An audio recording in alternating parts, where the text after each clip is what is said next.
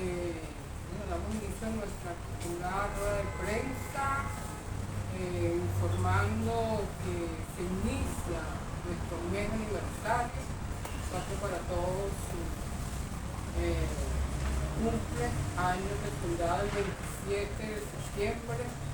Por lo tanto, iniciamos nuestro mes aniversario con una serie de actividades, bueno, que ya veníamos trabajando en función del postelectoral y preelectoral, porque en este país no para el proceso electoral desde la perspectiva de nuestro modelo democrático intenso, bajo cualquier circunstancia, siempre vamos al tema del proceso electoral que corresponde.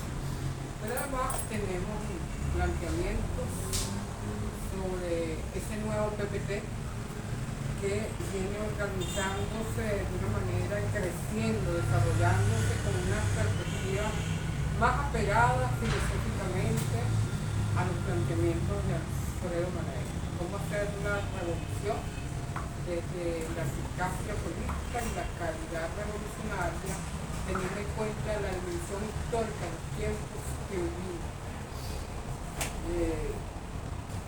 Y Alfredo decía que para hacer la revolución necesariamente, Alfredo Manero, ahí está, nuestro mentor político, es necesario ser parte del Estado.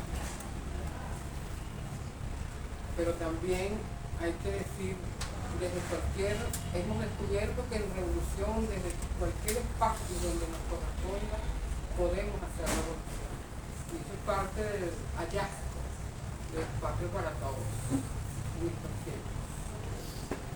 En ese orden, el 27 de septiembre cumpliremos 27 años de fundado, pero venimos de una larga lucha, venimos de la causa original de Alfredo Manero, y esos 27 años podemos agregarle también el nacimiento de la causa. Son muchos años de lucha, y si hay un momento donde se ha reivindicado el pensamiento de Alfredo Manero es en este nuevo capítulo de incorporación, no solamente de esos principios, sino una incorporación real, efectiva y activa de los movimientos sociales, con una visión amplia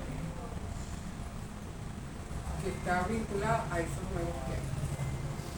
También queríamos, por supuesto, en este momento nos corresponde, luego de escuchar a los equipos regionales del PPT, del Zulia, de Trujillo, de Miranda, de Caracas, de San Cristóbal, de Trujillo, de Amazonas, de diversos estados, porque nosotros elaboramos nuestra rueda de prensa en videoconferencia con todos los equipos regionales que puedan conectarse y puedan dar su visión, su enfoque, sus recomendaciones, sus propuestas, sus críticas. Y bueno, ahí construimos la rueda de prensa, los enfoques para la rueda de prensa. Esa es una nueva visión de ese nuevo PPT. Antes no lo teníamos y hace 2 años hemos implementado esto. Por eso la presencia de muchos movimientos e individualidades que dicen que ese nuevo PPT sí se debate, sí se construye, sí hay un ejercicio de la militancia crítica, y así debe ser, una misión crítica, respetuosa y responsable. Bueno, desde esa perspectiva, de esa visión crítica, nosotros estuvimos evaluando el pre, el durante y el postelectoral, y en el marco del sabotaje eléctrico, y queremos en primer lugar señalar que tenemos que decir que nos sentimos altamente orgullosos de nuestro pueblo, que en cualquier momento de la historia que nos ha tocado vivir, ha tenido un comportamiento cívico contesto con los tiempos. Con esta postura de ese sabotaje que duró 10 horas prácticamente, en unos un poco más, en otros un poquito menos o un poquito más, como en Zulia. El compañero del Zulia decía, nosotros en el Zulia considerábamos que si apenas en algunos lugares estaba llegando el servicio eléctrico, el fluido eléctrico a las 4 de la tarde, pues nos iba a tocar esperar varias horas más. La gran sorpresa es que llegó prácticamente de manera simultánea. A las 5 de la tarde nos informaban los compañeros cuándo llegó, cómo llegó, y todos daban el mismo testimonio. La gente tranquila, paciente, confiando en el hombre que había colocado recién, han reelegido el 28. Eso es muy importante porque ya habíamos vivido ese sabotaje años atrás, y ya evidentemente el Estado ha sabido tomar las medidas para por lo menos reducir las horas de dificultad de los usuarios. Estas son acciones terroristas, actos terroristas, que está altamente penado en el orden internacional y en el orden nacional. Por ello, nosotros no tenemos duda en señalarlo que aquí estábamos discutiendo un poco esto, la ley orgánica contra la delincuencia organizada y financiamiento al terrorismo. En el artículo 4 de esta ley se discute, se establece, a los efectos de esta ley se entiende por actos terroristas. Es aquel acto intencionado que por su naturaleza o su contexto pueda perjudicar gravemente a un país o a una organización internacional, tipificado como delito según el ordenamiento jurídico venezolano, cometido con el fin de intimidar gravemente a su población, obligar indebidamente a los gobiernos o a una organización a realizar un acto o abstenerse de hacerlo, o desestabilizar gravemente o destruir la estructura política, constitucional, económica o social del país. Eso no se les parece a lo que nos ocurrió recientemente, la afectación. Una acción terrorista que viene afectando los servicios públicos. Nosotros en el año 2017, cuando hablamos de nosotros, quiero decir el PPT, tenía como propósito darle rango constitucional a los servicios públicos, porque ya habíamos sido afectados por acciones terroristas. Darle rango constitucional, porque solamente aparece como en la Constitución como servicios domiciliarios. Pero nosotros entendimos, todos los venezolanos entendieron en ese momento que el agua era más que el agua.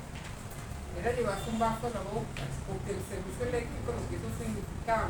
Entendimos la dimensión de la importancia de disfrutar los servicios públicos y el deber que tenemos todos de protegerlos.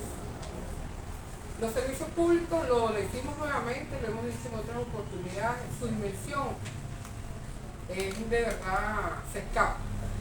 Tiene una dimensión en materia de derechos humanos, porque no tener agua o gas afecta, ¿verdad?, el goce de los derechos humanos, de cualquier derecho humano. Afecta la seguridad y defensa de la nación. Un estado donde está incomunicado porque a alguien se le ocurrió, o a algunos se les ocurrieron afectar los servicios públicos, está violentando la seguridad y la defensa de la nación. Ustedes se imaginan en toda la área fronteriza del país sin servicio eléctrico, de manera de activar los sistemas de defensa del país normales para defender el territorio nacional. Eso ocurrió. Pero además tiene una dimensión económica, porque si bien los establecimientos comerciales abrieron un alto porcentaje por la confianza que tenía en el presidente, aquellos que no tenían planta sufrieron algunas obras. Lo que quiero decir con esto es que la dimensión de la afectación de los servicios públicos es mucho más allá de lo que nos habíamos planteado hasta el año 2017. Y aquí, en este artículo 4, define exactamente lo que es un acto terrorista. Si la señora entre comillas, por respeto a los que están presentes, la señora Machado, terrorista de vocación, terrorista por vocación. Lo ha dicho, lo dijo. Vamos a afectar el agua, la luz eléctrica, el servicio eléctrico y otras cosas más. Su dinero. Es decir, fue muy contundente. Exactamente igual como lo dijo Guaidó en la Asamblea Nacional del año 2019. Yo me pregunto, ¿qué esperamos para aplicar la ley? ¿Qué esperamos? La ley es muy contundente. Esta ley que se aprobó hace unos años atrás. ¿Qué esperamos para que este señor Gonzalo Urrutia sea detenido por la afectación? Porque, y los partidos que postularon, nosotros repetimos, los partidos que postularon a este sujeto, si no se desmarcan de la violencia, ellos son corresponsables de los delitos, de los actos terroristas que ellos están promoviendo. Pues el señor González Urrutia se desmarca y dice: no tengo nada que ver con eso. O él es parte, autor intelectual de ese delito contra la paz de la República, contra el pueblo venezolano, contra sus instituciones. No estamos diciendo nada que no esté en la ley, nada que no sepamos. Entonces, creo que es muy importante que se discuta en las instituciones populares la significación que tiene esta ley, la ley contra la delincuencia y contra el financiamiento al terrorismo. Es muy importante porque nosotros consideramos que si nosotros disfrutamos de derechos, también tenemos la misma responsabilidad de cuidar, de informar a aquellos que han venido violentando el sistema vinculado a los servicios. Nosotros lo hemos hecho acá. En varias oportunidades informamos que había del acuerdo a nuestra información, que había el plan de sabotear el sistema eléctrico, lo que nos cubre permanentemente. Sabrán que lo señalamos en marzo, en abril, lo vimos en varias oportunidades por la información que teníamos, que eso podía ocurrir, lamentablemente. No sabíamos efectivamente el ciberataque al sistema del Consejo Nacional Electoral, el sistema de transmisión, el sistema electoral. No nos imaginábamos, de verdad, tanta crueldad. No, inocentemente, en nuestra buena fe de ciudadanos, nosotros pensamos que iban a hacer eso también, pero la lógica era que lo iban a hacer, porque si ellos nunca el candidato se presentó al CNE, nunca en la historia ha ocurrido, pueden buscarlo, cuando en cualquier lugar del mundo un candidato a ser presidente no se presenta al Consejo Nacional Electoral, a la institución que recoge la inscripción. Nunca lo ha ocurrido en ninguna parte de la historia. Tampoco presentaron su plan de gobierno, porque el plan de gobierno de esos fascistas es eliminar todos los derechos del pueblo venezolano. Hay un cambio diametral. Eliminar, sí, privatizar todo, y ya sabemos lo que eso significa. Entonces, creo que es necesario que se dé ese gran debate para que se entienda que somos corresponsables. No le corresponde solamente al Estado y a sus instituciones, que son los primeros corresponsables de cuidar, pero también en el territorio es necesario que existe un mecanismo para alertar cuando ven algunos personajes haciendo cosas, haciendo alguna actividad que afecta a algunos de los servicios, agua, gas, electricidad, todo aquello que signifique el bienestar de nuestra nación. Creo que es muy importante llevarlo a efecto. Nosotros queríamos felicitar al pueblo venezolano por eso, pero también a los trabajadores de Corpoelec, a todas las instituciones que se colocaron al frente 10 horas. Nosotros en un momento dado, casi a las 5:30, mandamos un mensaje cuando nos dimos cuenta en nuestro hogar lo que estaba pasando. Y entre otras cosas, señalamos la importancia de proteger a los hospitales, el servicio hospitalario, y de verdad fue extraordinario. No sucedió como en aquella oportunidad donde fueron varios días, donde los trabajadores de la Empresa Nacional de Transporte, de PDVSA, fue necesario que llevaran combustible para activar las plantas. Bueno, eso no ocurrió, un perfeccionamiento de todas nuestras instituciones en ese orden. Tenemos que reconocer un trabajo esmerado, extraordinario, y que bueno, simplemente la Fiscalía tiene que actuar, debe actuar.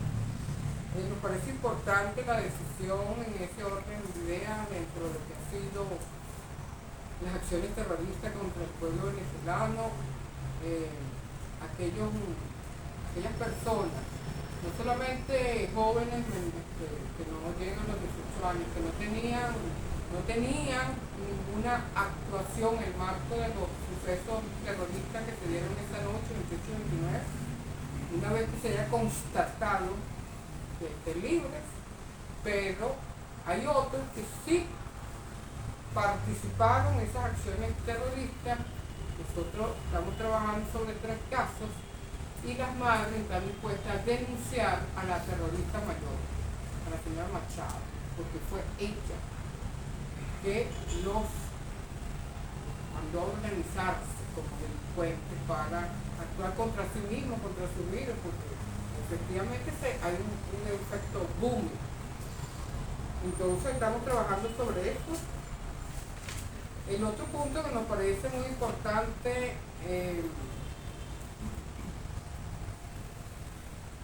la decisión del presidente de sustituir e incorporar 15, 16, 17 nuevos miembros al gobierno nacional en 4 sectores de las actividades del Ejecutivo Nacional.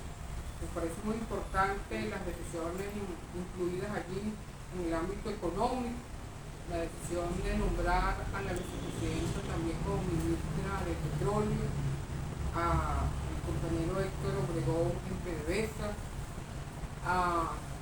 en el ámbito también de la agricultura. No solamente fue sustituirnos para avanzar al ministro de Agricultura, sino también se incorpora, se hace una decisión muy importante que ya el PPT la había planteado en otras oportunidades: unir el ministerio a la comuna, la agricultura urbana, cosa que nos parece sumamente importante porque le da fortaleza a la importancia de promover la agricultura agroalimentaria en Venezuela. También la decisión de turismo, de cambiar, de dar un avance más en el ámbito del turismo, todos los ministerios con fuerza en el ámbito de la exportación de servicios venezolanos. Se tomó esa decisión, me parece sumamente importante. También en lo social, los cambios que se hicieron allí en lo social, en el Ministerio de Educación Superior Universitario, en el ámbito del Ministerio de la Mujer, del Ministerio de la Juventud, de adulto mayor, y también en el ámbito de la infraestructura, cambio del ministro de las Aguas, creo que llegó a un buen momento, y también en relación a vivienda, que es un hecho, nosotros lo incluimos entre lo que son las infraestructuras necesarias. Entonces, pero además un hecho importante, la sustitución en el Ministerio de Seguridad, Poder Popular para el tema de seguridad interior, a Diosdado Cabello, que además tiene vínculos con el sector de las Fuerzas Armadas, que haber sido militar o es militar, y creo que le da un toque necesario en este momento. Todo el mundo, cuando uno habla de Diosdado Cabello, no solamente es el mazo, sino la paz. Llegó la paz. Entonces celebramos estos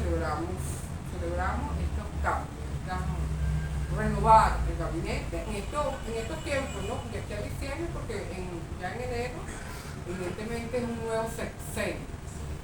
¿Qué nos planteamos nosotros? El presidente hizo un llamado a todos los ministros, les planteó además darle la vuelta a la mente, parece un buen concepto para decir, para echar a andar esos ministerios nuevamente, cambiar, darle la vuelta total al mundo. Nosotros decimos que esa idea nos parece bien interesante, pero va a incluir un método. Cambiar, darle la vuelta a la media, implica hacer una revisión interna, que nosotros la hemos planteado como la constituyente. Ustedes nos han escuchado en diversas oportunidades hablar de la constituyente de los trabajadores y trabajadoras, funcionarios y funcionarias de todas las instituciones del Estado. Antes lo habíamos planteado nada más para las empresas productivas, pero realmente es necesario hacerlo en todas las instituciones del Ejecutivo Nacional y del Estado, porque son muchas las horas que cada hombre o mujer que presta servicio en las instituciones del Estado las pasa allí. ¿Cómo mejorar el servicio? ¿Qué hacer? ¿Cuál es el aporte? ¿Qué reconocimiento se puede hacer? Esto de ver a los funcionarios de Corpoelec trabajando 10 horas sin parar para garantizar, retomar, recomponer el ataque que le hicieron al sistema eléctrico es muy importante. Hay un amor, un compromiso por el país, la responsabilidad que tenemos todos. Y ese sentimiento de compromiso con el país, con el pueblo venezolano, debe ser redimensionado en todos y cada uno del país. Y por eso hablamos de la constituyente, no tenemos el método, un nuevo modelo de gestión para ese Estado que se está promoviendo.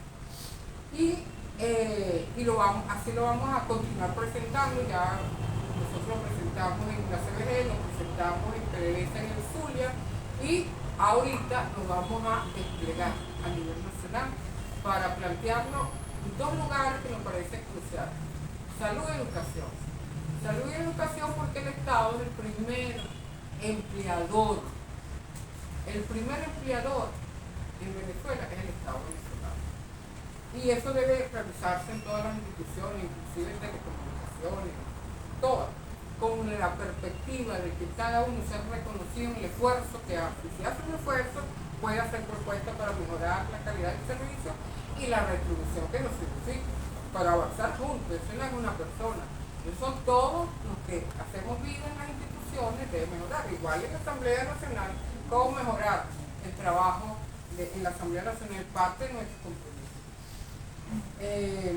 Y en lo internacional tenemos que decir que bueno, que el fin de semana, no sé si ustedes lo vieron, pero ayer Venezuela pasó a casi un tercer lugar.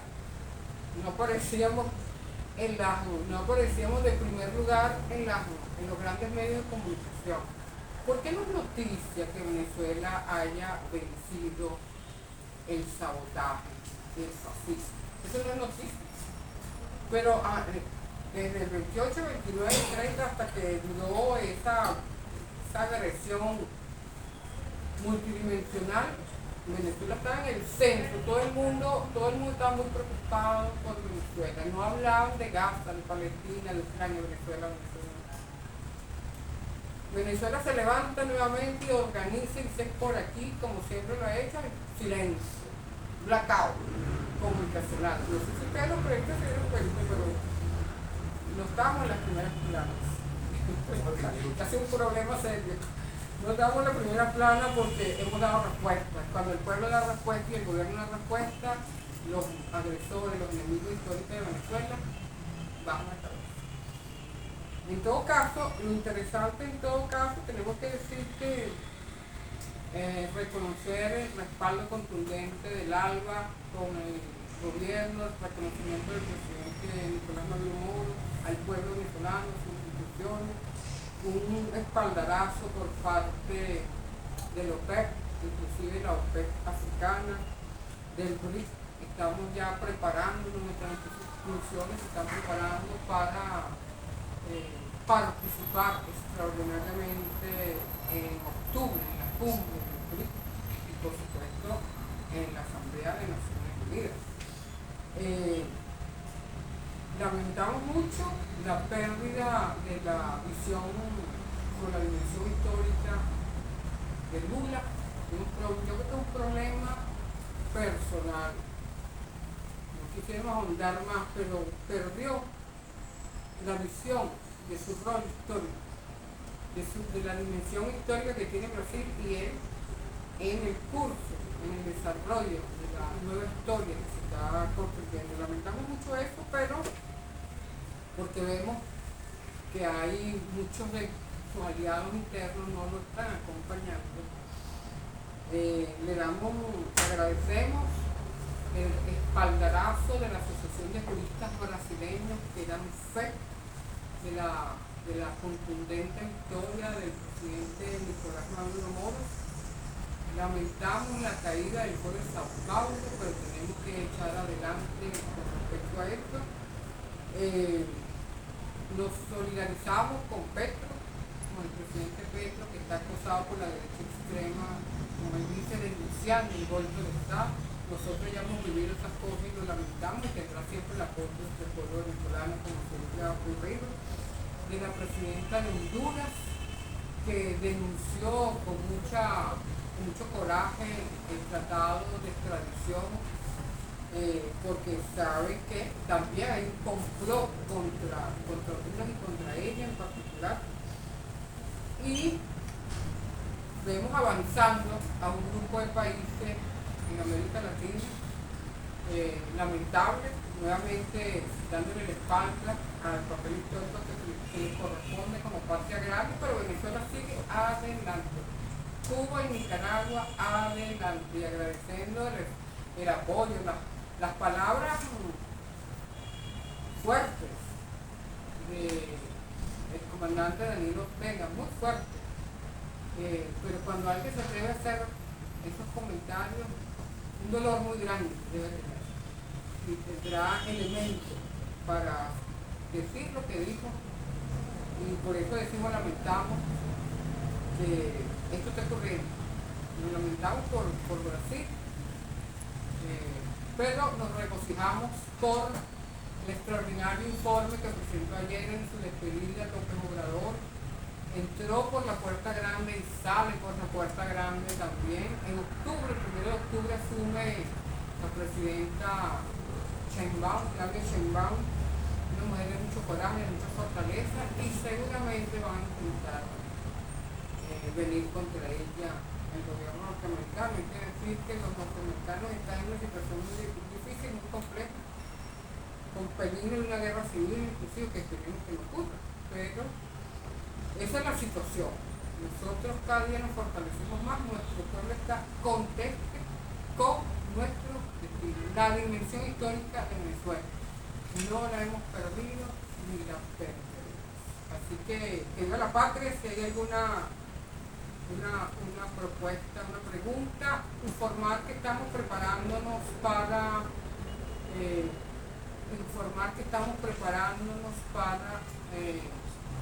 la reunión del seminario del PT en México.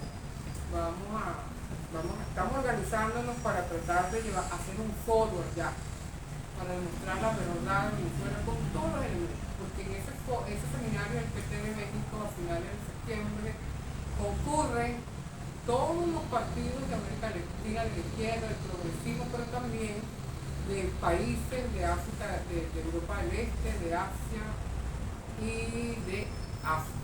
Entonces, Europa, Asia y África, lo cual significa que es importante ese escenario. Y por último, me recordaban por acá que volviera a denunciar aquellos establecimientos que están dándole en el marco de los precios de los productos, que están utilizando el dólar paralelo, ilegal, y eso es terrorismo también. Lo vamos a plantear como acciones terroristas. Acá dice las acciones que pueden para desestabilizar gravemente dentro de las estructuras políticas, constitucionales, económicas y sociales. A ver, vamos, ya podemos señalar si hay una norma constitucional y la necesidad de acatar la tasa cambiaria del Banco Central, no lo pueden violentar, y nosotros somos responsables. Nosotros tenemos que ir, cuando vamos a comprar un bien o un servicio, tenemos que garantizar que el cambio, si se va a hacer en divisa, se haga en el marco de la tasa cambiaria del Banco Central. Está en nuestras manos también. Bueno, si hay alguna pregunta, porque ayuda a responder.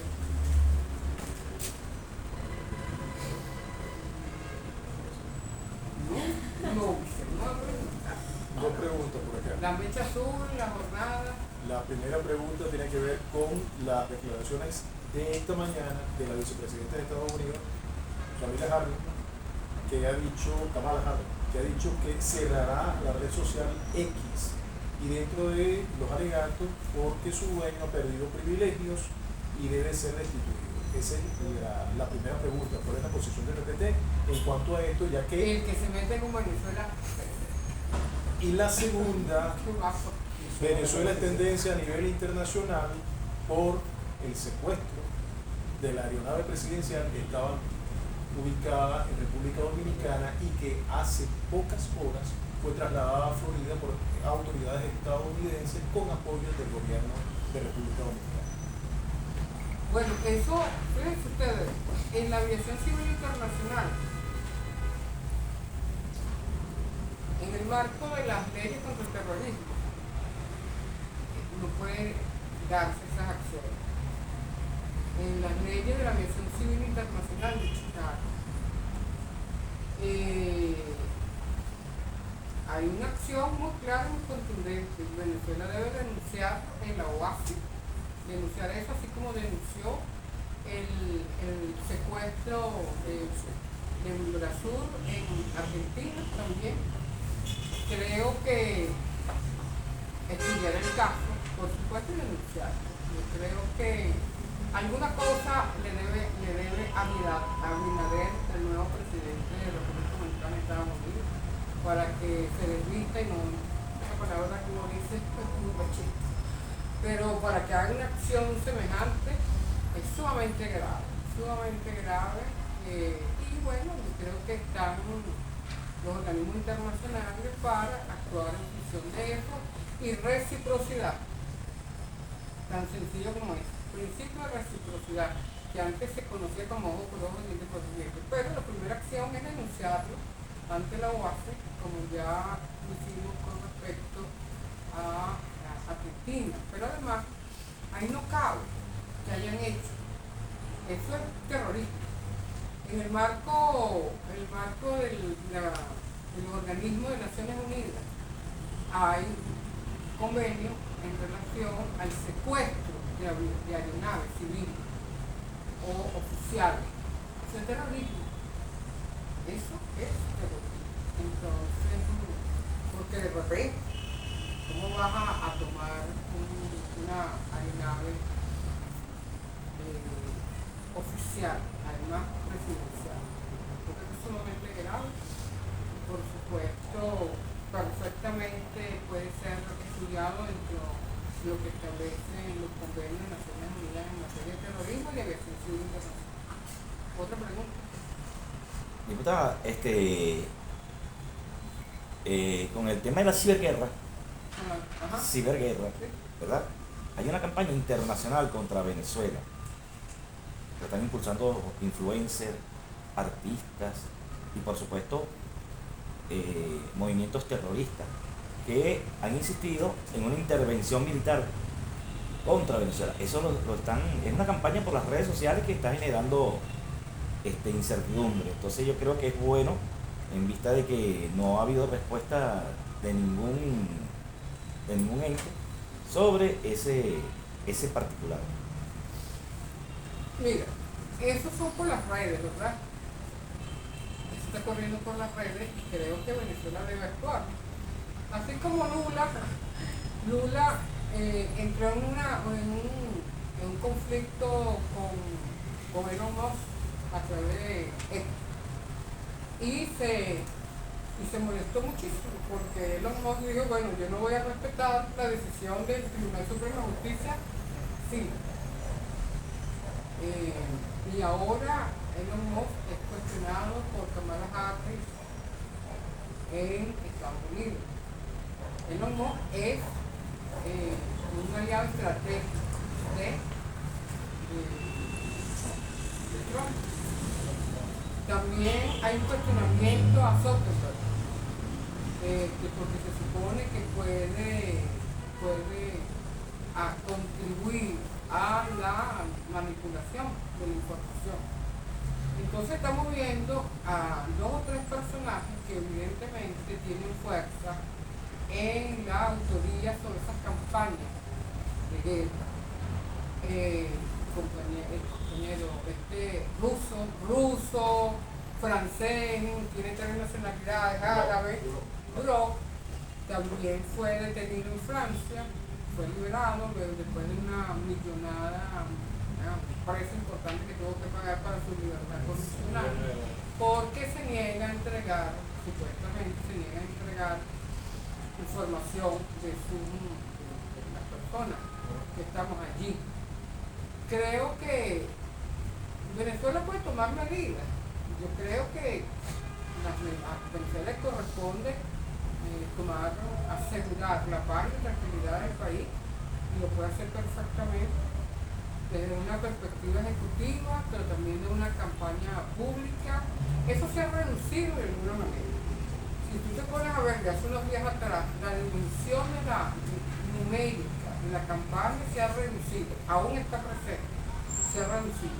Y creo que debe haber un plan para esto de la perspectiva ejecutiva, pero también de la perspectiva política. Ahorita, ¿quién puede invadir a Venezuela? No lo hicieron hace unos años atrás, Donald Trump. No porque no quisiera, porque no podía, y eso no ha cambiado. Ahora, eso no significa Prince, el responsable de esta organización criminal. Yo creo que Venezuela, el gobierno nacional, debe denunciar a esa organización criminal que se permite decir que podemos invadir, podemos promover crímenes. El magnicidio es una ley que está tipificado en Naciones Unidas como acciones terroristas, y en ese marco así debe actuar.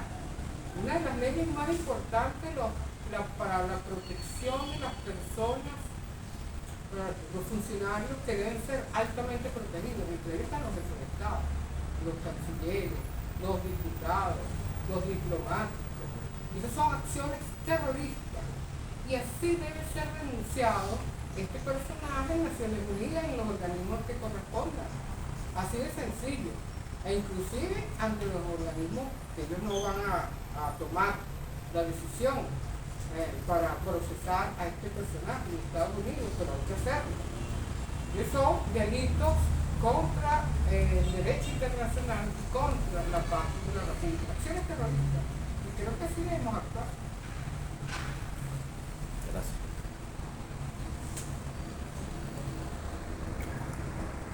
¿Qué para todos? Oh, no hay más.